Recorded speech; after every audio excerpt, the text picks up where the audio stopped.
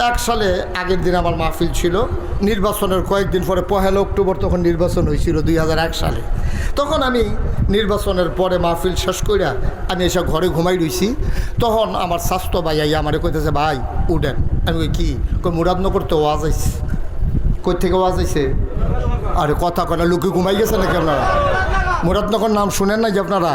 এটা মালয়েশিয়া না, এটা দক্ষিণ আফ্রিকার ভিতরে পড়ছে। এটা না যেমনি সাইয়া রয়েছেন মুরাদনগর কইতামও পারতাম না আমরা। করতে আইছে সবাই কথা বলতে হবে। কোত্থেকে মাহফিল আইছে? আমার যখন ঘুমের ডাক দিছে, ভাই মুরাদনগরতে মাহফিল আইছে, তা আমি লাভ দিয়ে উঠছি। বেড়া বাড়ির গাড়িতে মাহফিল ফাই না, মুরাদনগরতে মাহফিল এরপরে হুশ আছে। তখন তো মাহফিলটা আমি বিচারি, ওখানে না মাহফিলে আমারই বিচারে কেন? তখন তো মাহফিল আমি বিচারি। তখন দৌড়াইয়া গেলাম পরে তারা দাওয়াত দিল। তো দাওয়াত দেওয়ার পরে ভাই আমি যে গেলাম, ভাই আপনার যে নির্বাচন যে এটা কীরকম হয়েছে? হুজুর এটা আর জিগাইয়েন না। আমি করে জিগাইলেছি যখন ফিরাইতাম না, কই আলান কেমন হয়েছে?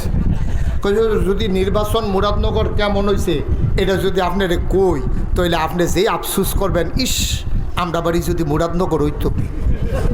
আমি কই বেড়া আমার বাড়ি ব্রাহ্মণপাড়া, আমি তোমার কইছি মুরাদনগর বাড়ি করাম। কয় না হুজুর আফসুসটার কথা কই আর কি।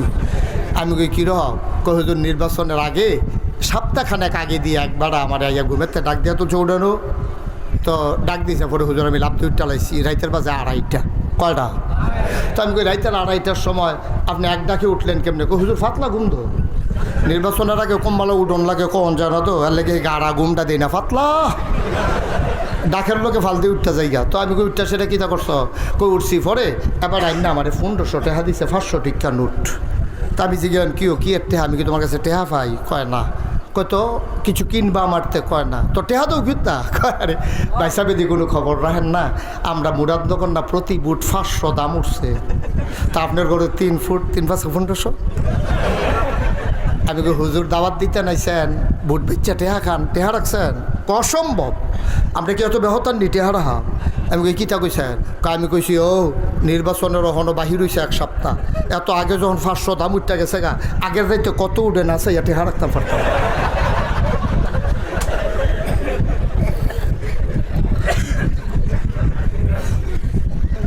বাংলাদেশ আমার সোনার বাংলা, আমি তোমায় ভালোবাসি।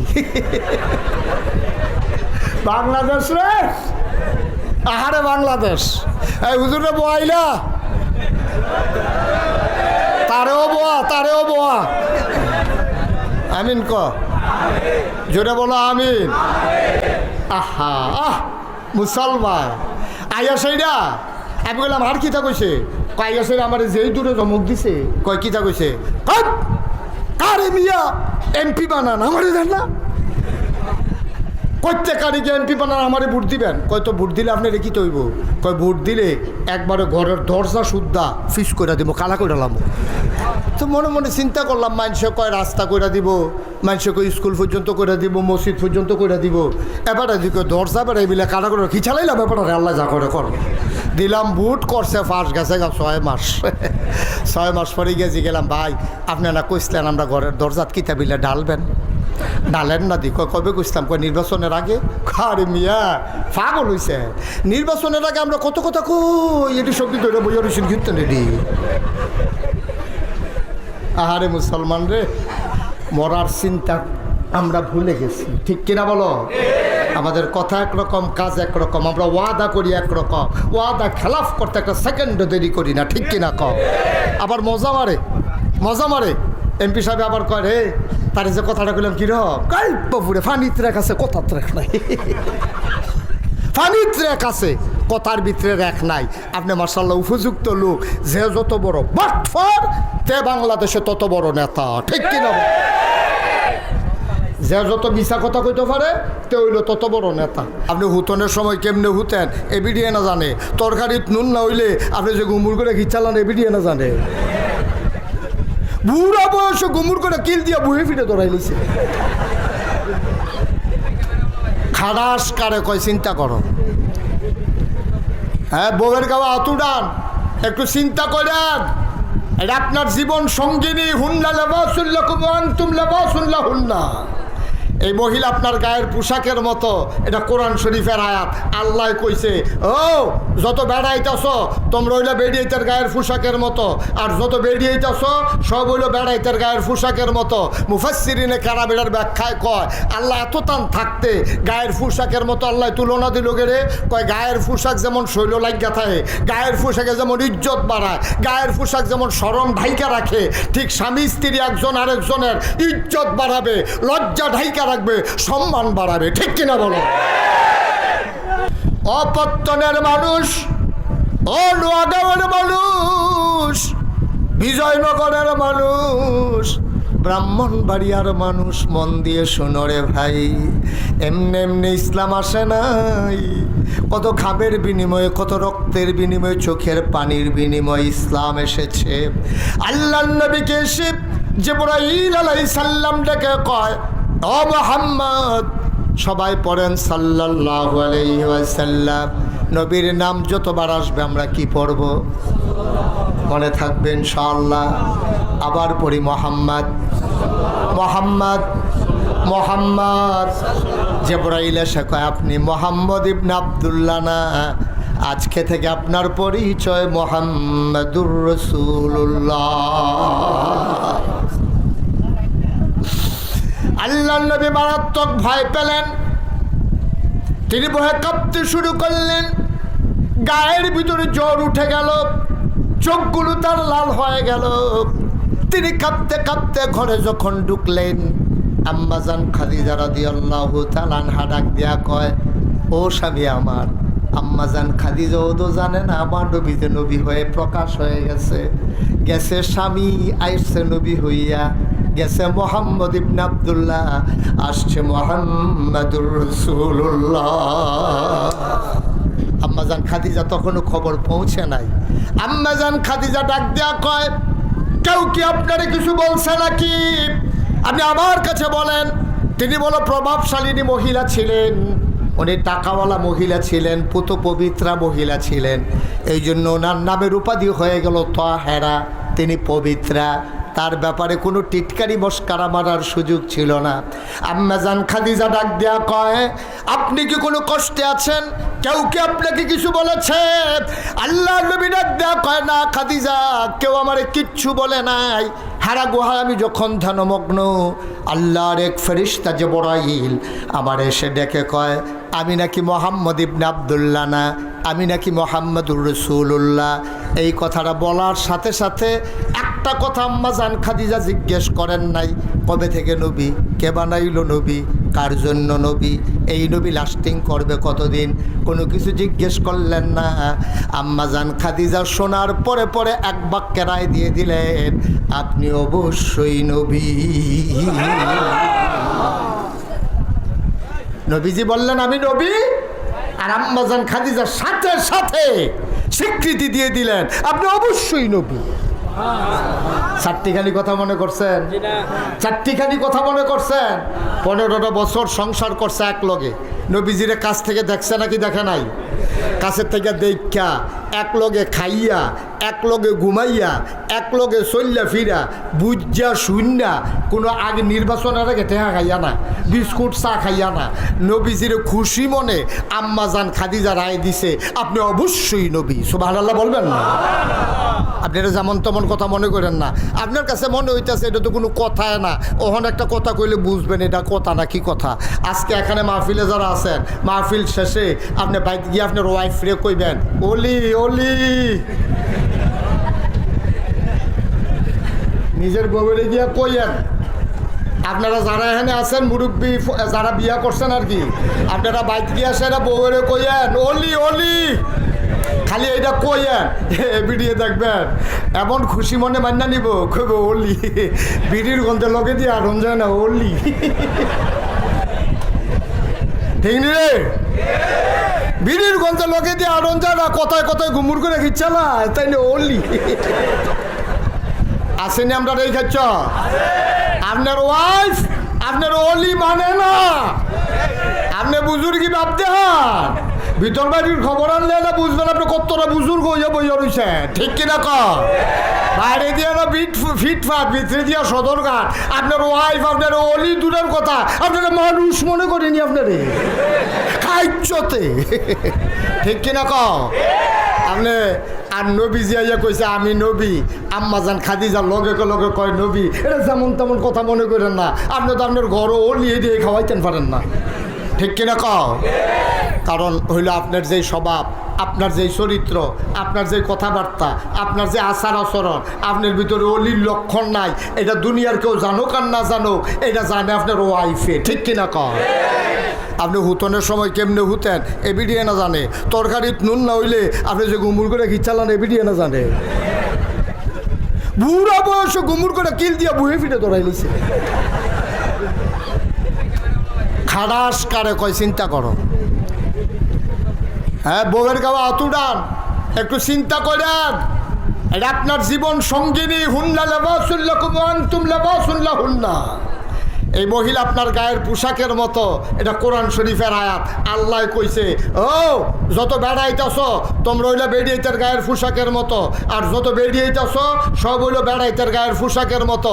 মুফাসসিরিনে কারাবেলার ব্যাখ্যায় কয়, আল্লাহ এত টান থাকতে গায়ের পোশাকের মতো আল্লাহ তুলনা দিল গেলে, কয় গায়ের পোশাক যেমন শৈল লাগিয়া থাকে, গায়ের পোশাকে যেমন ইজ্জত বাড়ায়, গায়ের পোশাক যেমন শরম ঢাইকা রাখে, ঠিক স্বামী স্ত্রী একজন আরেকজনের ইজ্জত বাড়াবে, লজ্জা ঢাইকা রাখবে, সম্মান বাড়াবে, ঠিক কিনা বলো?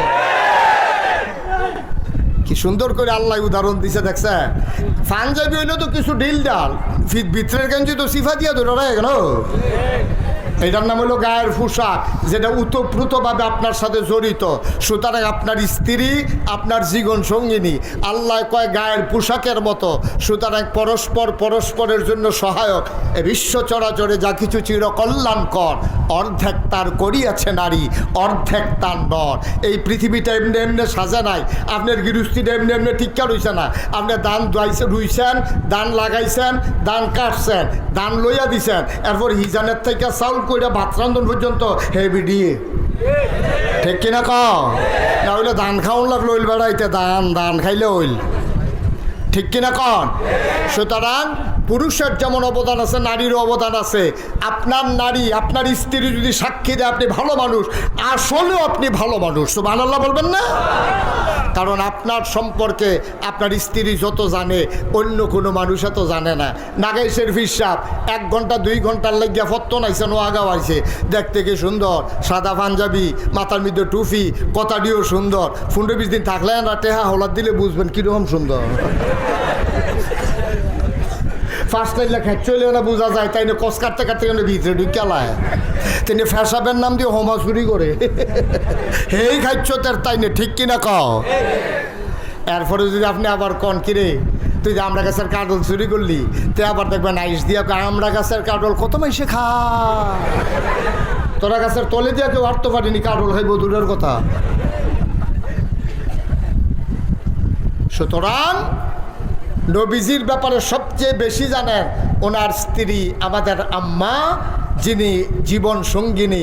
55 বছর বয়সে নবীর স্বীকৃতি দিয়ে দিলেন, আপনি অবশ্যই নবী, সুবহানাল্লাহ বলবেন না? নবী চমকে উঠলেন, তিনি থমকে দাঁড়ালেন, তিনি আশ্চর্যান্বিত হয়ে গেলেন। তিনি আবার খাদিজারে ধরছে, খাদিজা তোমার লোক আমি সংসার করলাম, তুমি রুটি দিয়ে এলে আমি খাইলাম, আমি কইলাম আমি নবী, আর তুমিও কও অবশ্যই আপনি নবী, তুমি বুঝলা কেমন আমি যে নবী, সুবহানাল্লাহ বলবেন না? আপনার ভিতরে 4টা জিনিস দেখছি। কয়টা? আহা, কথা কয় না। আপনার ভিতরে আমি 4টা জিনিস দেখছি, এই মক্কায় কোনো মানুষের মাঝে পাই নাই।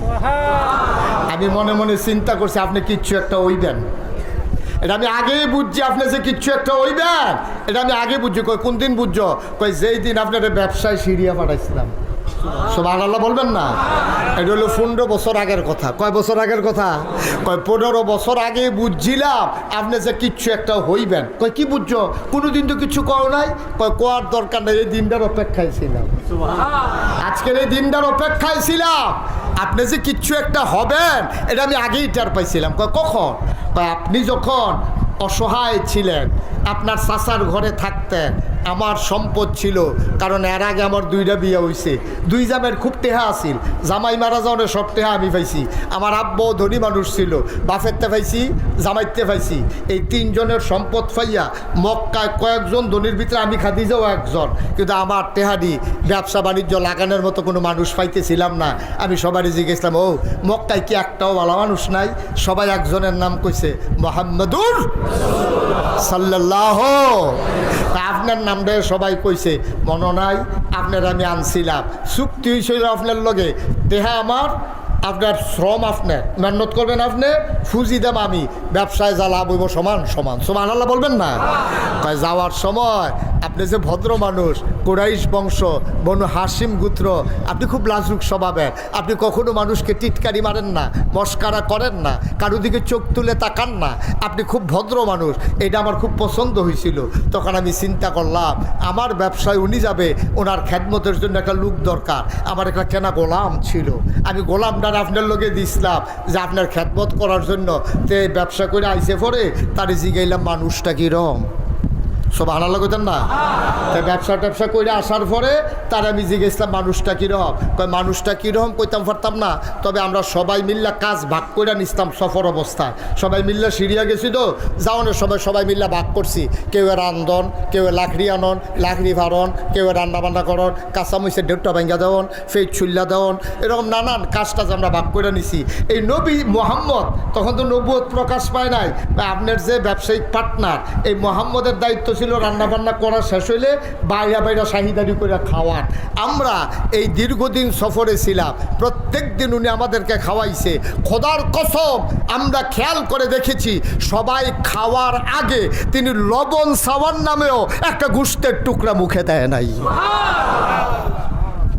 সবাই খাইয়া সারলে থাকলে উনি খাইছে, না থাকলে নাই, এরকম মানুষকে। আর কি দেখলা?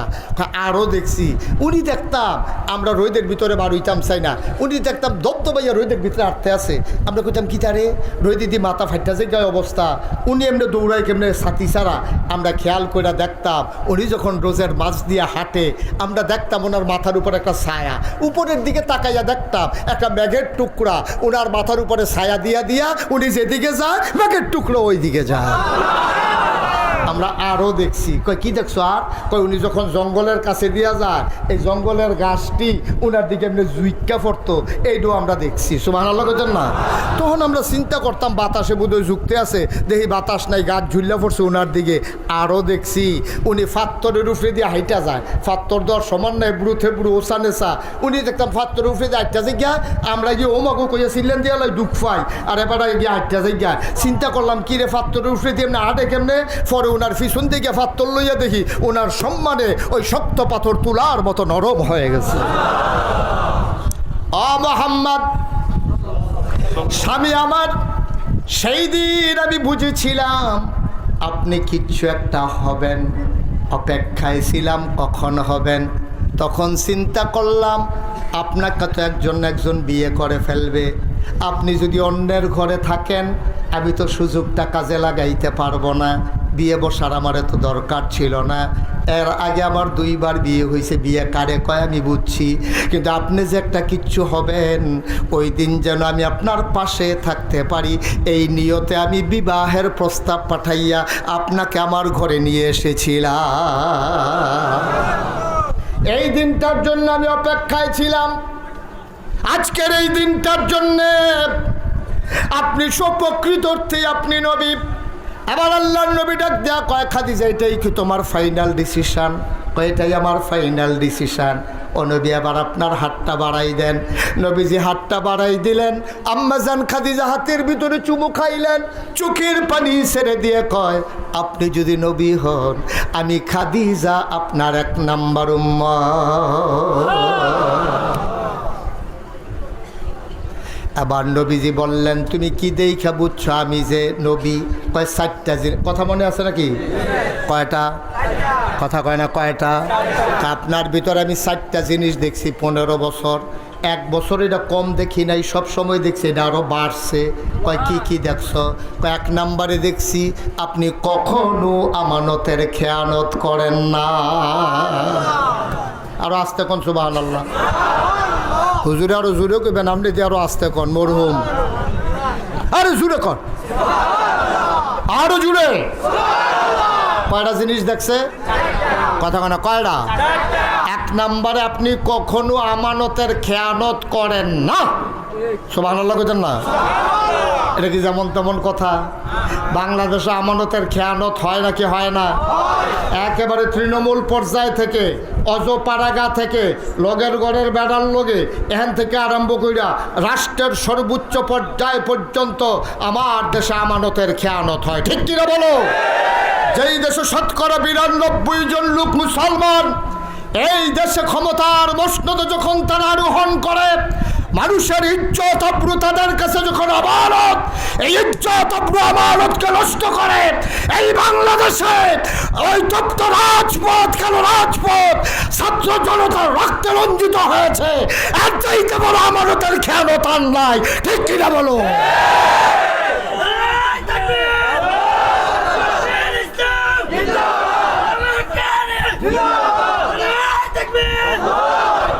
রাষ্ট্রের যারা অধিকর্তা হবে তাদের কাছে একজন ভিক্ষুক মহিলা থেকে শুরু করে রাষ্ট্রের সর্বোচ্চ মানুষটা পর্যন্ত তার ইজ্জত, তার সম্মান, তার টাকা পয়সা, তার জীবন তাদের কাছে আমানত। ওই আমানত যখন রাস্তায় ধুলোবালি খায়, যখন আবার সোনার ছেলেরা রাস্তায় শহীদ হয়ে জগদ্দল পাথরকে হটাতে চায়, এইটাই হচ্ছে সবচেয়ে বড় আমানতের খেয়ানত। ঠিক কিনা বলো? অথচ 1500 বছর আগে নবীর ব্যাপারে ওনার স্ত্রী 1 নম্বরে রায় দিল, আপনি কখনোই আমানতের খেয়ানত করেন, আমানতের খেয়ানত করেন। পাটা ছিল, পাটা ছিল নবীর গুণ। 1 নম্বরে আপনি কখনো আমানতের খেয়ানত করেন না। 2 নম্বরে আপনি কখনো ওয়াদা খেলাফ করেন না। আমাদের দেশে ওয়াদা খেলাফ করে নাকি করে না? আমার কথা কয় না, করে নাকি করে না? এটা অনেক বছর আগের কথা, 2001 সালে। তখন আমার ওয়াজ এত চতুর্দিকে গেছে নাই, উডানো টুডানো খেরমুইডার সিফাত, কলামুইডার সিফাত, যেখানে ডাক দেয় গিয়ে ওয়াজ করে কোনো চারটে গিয়ে ভাই তুইটা থাকতো, এরকম ওয়াজ আর কি। ওখানে না একটু মানুষা হয়, লোকজন আইয়ে, তো তখন আমি ওয়াজও যাইতাম। তো এক জায়গার ভিতরে আমার তখন 2001 সালের কথা। তো 1 সালে আগের দিন আমার মাহফিল ছিল, নির্বাচনের কয়েকদিন পরে 1 অক্টোবর তখন নির্বাচন হয়েছিল 2001 সালে। তখন আমি নির্বাচনের পরে মাহফিল শেষ কইরা আমি এসে ঘরে ঘুমাই রইছি। তখন আমার স্বাস্থ্য ভাই আইয়া আমারে কইতেছে, ভাই উঠেন। আমি কই কি? কই মুরাদনগর তো ওয়াজ আইছে। কই থেকে ওয়াজ আইছে? আরে কথা কটা লোকে ঘুমাই গেছে নাকি আপনারা? মুরাদনগর নাম শুনেন না যে আপনারা? এটা মালয়েশিয়া না, এটা দক্ষিণ আফ্রিকার ভিতরে পড়ছে। এটা না যেমনি সাইয়া রইছেন মুরাদনগর কইতামও পারতাম না আমরা। করতে আইছে সবাই কথা বলতে হবে। কোত্থেকে মাহফিল আইছে? আমার যখন ঘুমের ডাক দিছে, ভাই মুরাদনগরতে মাহফিল আইছে, তা আমি লাভ দিয়ে উঠছি। বেড়া বাড়ির গাড়িতে মাহফিল ফাই না, মুরাদনগরতে মাহফিল এরপরে হুশ আছে।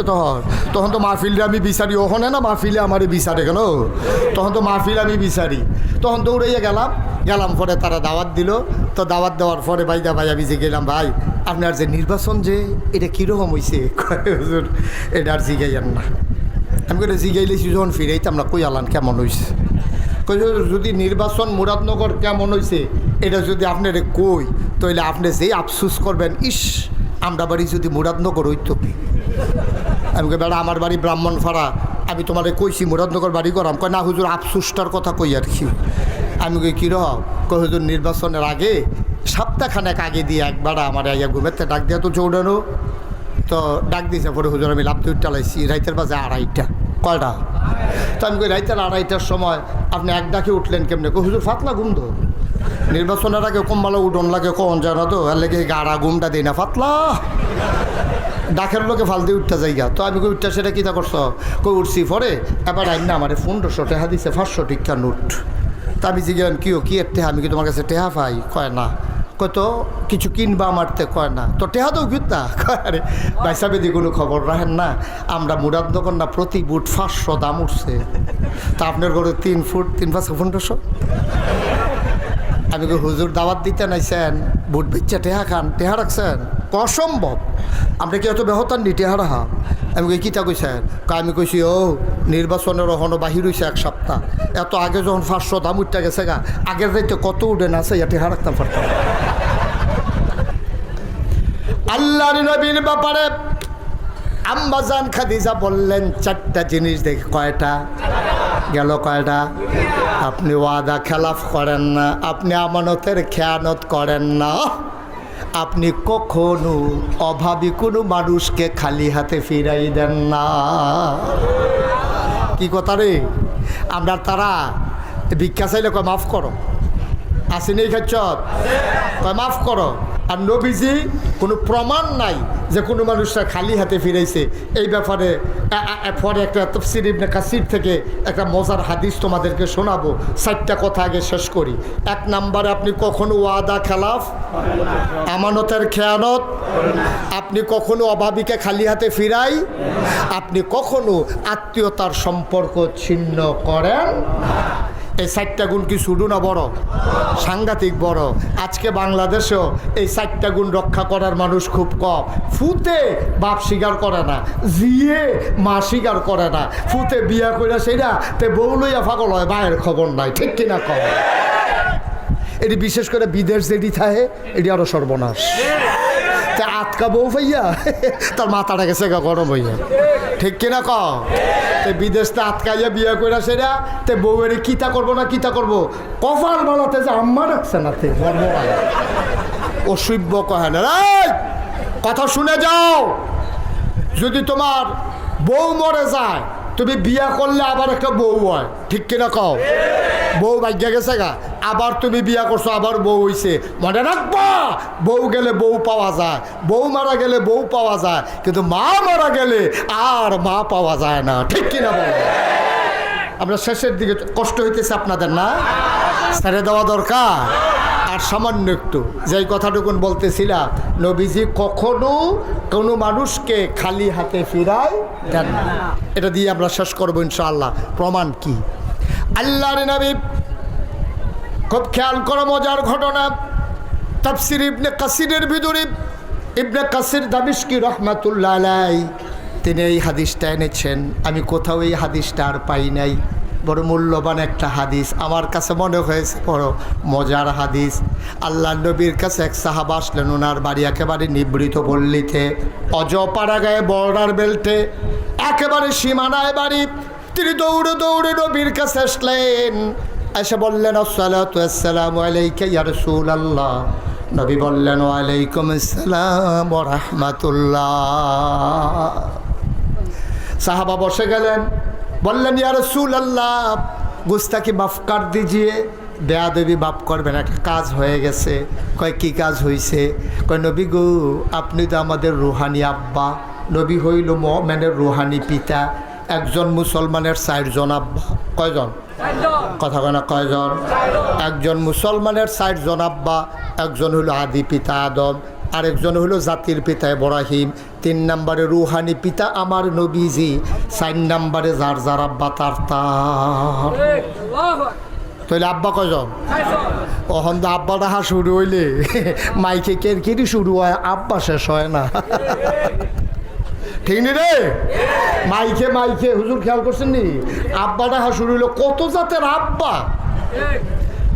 মাইকের তার বেড়ে কেরকিরি করে আব্বার ঠেলায়, তারপর আব্বা শেষ হয় না। একজন মুমিন মুসলমান তার 4 জন আব্বা। কয়জন আব্বা?